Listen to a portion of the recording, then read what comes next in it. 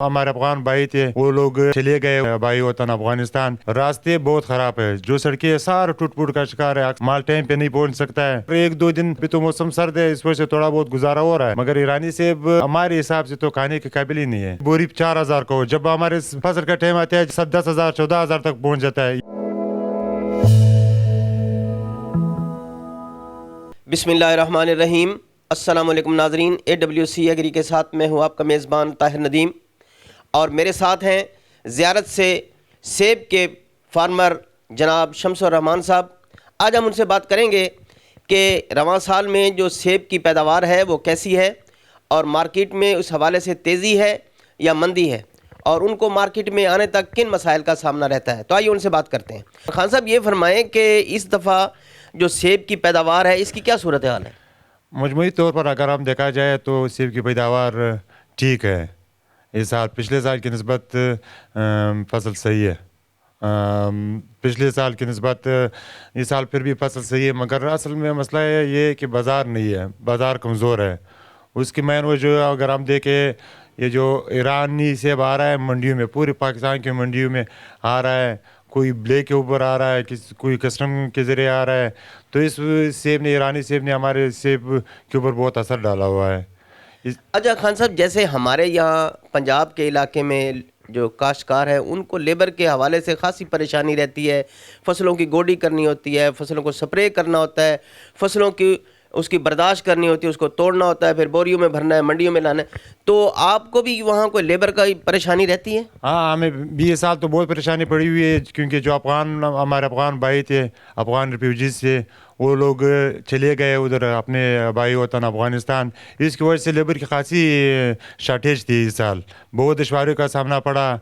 जो मज़दूर थे, जो इलाकाई मज़दूर थे, लोकल जो मज़दूर थे, उसकी दिहाड़ी बहुत ऊपर थी। वो इसकी वजह ये थी क्योंकि ये जो अफगान रिफ्यूजीज थे वो सारे चले गए, तो इस वजह से बड़ी दुश्वारी का शिकार है हम लोग।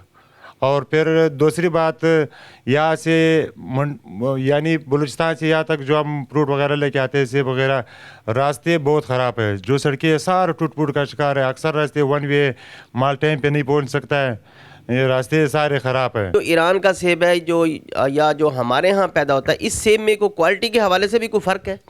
मैं अगर बताऊँ आपको, आप खुद इसका जायका चेक कर लो, ज़मीन आसमान का फ़र्क है ईरानी सेब और जो हमारे बलूचिस्तान के सेब होता है। सिर्फ कलर में एक जैसे होता है, मगर जायके में बहुत फ़र्क पड़ता है इनका।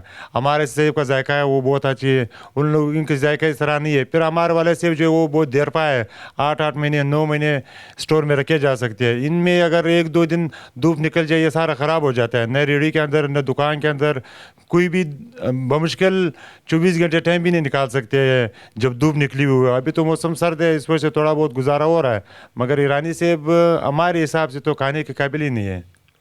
अच्छा खान साहब, हमारे यहाँ जो काश्तकार है वो अक्सर इस बात का शिकायत करता है कि जब उनकी फसल की काश्त का वक्त होता है तो उनको खादें नहीं मिलती, अगर मिलती हैं तो ब्लैक में मिलती हैं, बहुत महंगी मिलती हैं। जो कीड़ों के ख़िलाफ़ स्प्रे करना होता है वो भी महंगी मिलती है। तो बलूचिस्तान के हवाले से आप बताएं कि आपको वहाँ किन इन चीज़ों का कोई मसाइल रहते हैं या आपको आसानी से दस्तयाब हो जाती हैं? ये मसला तो पूरे पाकिस्तान में चला आ रहा है, फिर ख़ासकर बलूचिस्तान जैसे पसमानदा सूबे में ये चीज़ें बिल्कुल आम सी चीज़ें हैं। जब हमारा काट का टाइम होता है डालने का, मतलब अब अगर हम समझे कि भाई बोरी 4,000 का हो, जब हमारे फसल का टाइम आता है, जब हम ये इसको डालते हैं फसलों को, तो वो एकदम 10,000 14,000 तक पहुँच जाता है। या अगर फिर मिलता है, मिलना ही नहीं है, इसका शार्ट हो जाता है, फिर हम लोग ब्लैक पे ले लेते हैं। 4,000 की बोरी हमें 14,000 15,000 तक मिलता है। बहुत वजूहत वो बता रहे हैं कि भाई ये हुआ है, फलाना हुआ है सरकार की तरफ से, मगर वहाँ कुछ नहीं है। लोगों ने वो ख़रीदारी कर रखी हुई है, ब्लैक पे बेचते हैं, हुकूमत इसके ऊपर कोई वो एक्शन नहीं लेता है। अच्छा खान साहब, हमारे मुल्क भर से जो काश्तकार हैं वो यहाँ मुल्तान की फ्रूट एंड वेजिटेबल मार्केट में अपनी पैदावार लेकर आते हैं, चाहे वो फ्रूट हों या सब्ज़ियाँ हों, जो भी हों। ये एक बड़ी मंडी है, आप भी आए हुए हैं। तो ये बताएं कि काश्तकार ये चाहता है कि जब वो मंडी में आए तो उसको एक अच्छा माहौल मुयस्सर आए, वहाँ उसकी प्रोड्यूस अच्छे कीमतों पर बिक जाए, और वहाँ उसके साथ जो लेन देन हो वो अच्छा हो, वहाँ के आड़ती आपके साथ अच्छे हों। तो आप इतना सफ़र करके यहाँ आते हैं, तो यहाँ मुल्तान की मंडी के हवाले से क्या आपके तासुरात हैं? मैं सर तकरीबन 20 साल से मुल्तान में काम कर रहा हूँ। मुल्तान की मंडी में हमारा खुरमानी यहाँ आते हैं, हमारे चेरी यहाँ आते हैं, हमारे यहाँ जो सब्जियाँ होती है, टमाटर, आलू, اور خاص کر جو مین فصل ہے ہم کا سیب یہ آتا ہے. میں تو ملتان کی منڈی سے بالکل مطمئن ہوں. خاص کر جس فرم پر یا جس دکان پر میں کام کرتا ہوں, دکان number 13 Sheikh John Uddin and محمد ظفر علی, تقریباً 18-19 سال سے میں یہاں کام کر رہا ہوں. ہمیں بڑی زبردست ماحول میسر ہے ادھر دکان میں, لین دین کے حساب سے ہو یا جو پرچیزنگ کے حساب سے ہو یا جو مال بکنے کا ہو, ہم بہت خوش ہیں ان سے.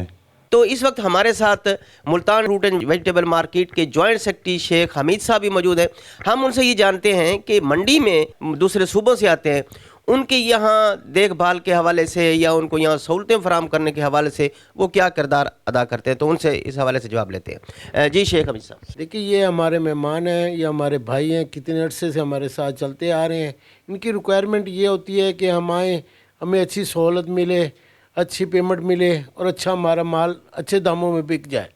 اس کے علاوہ انہیں اور کوئی چیز نہیں ہوتی. شکر الحمدللہ ہم یہ انہیں ساری سہولتیں میسر کرتے ہیں, اچھی پیمنٹ دیتے ہیں, اچھی رعایت دیتے ہیں اور اچھے داموں میں مال ان کا بیچتے ہیں. ان کو واپسی ان کی رقم ٹائم پہ دیتے جو وعدہ کرتے ہیں.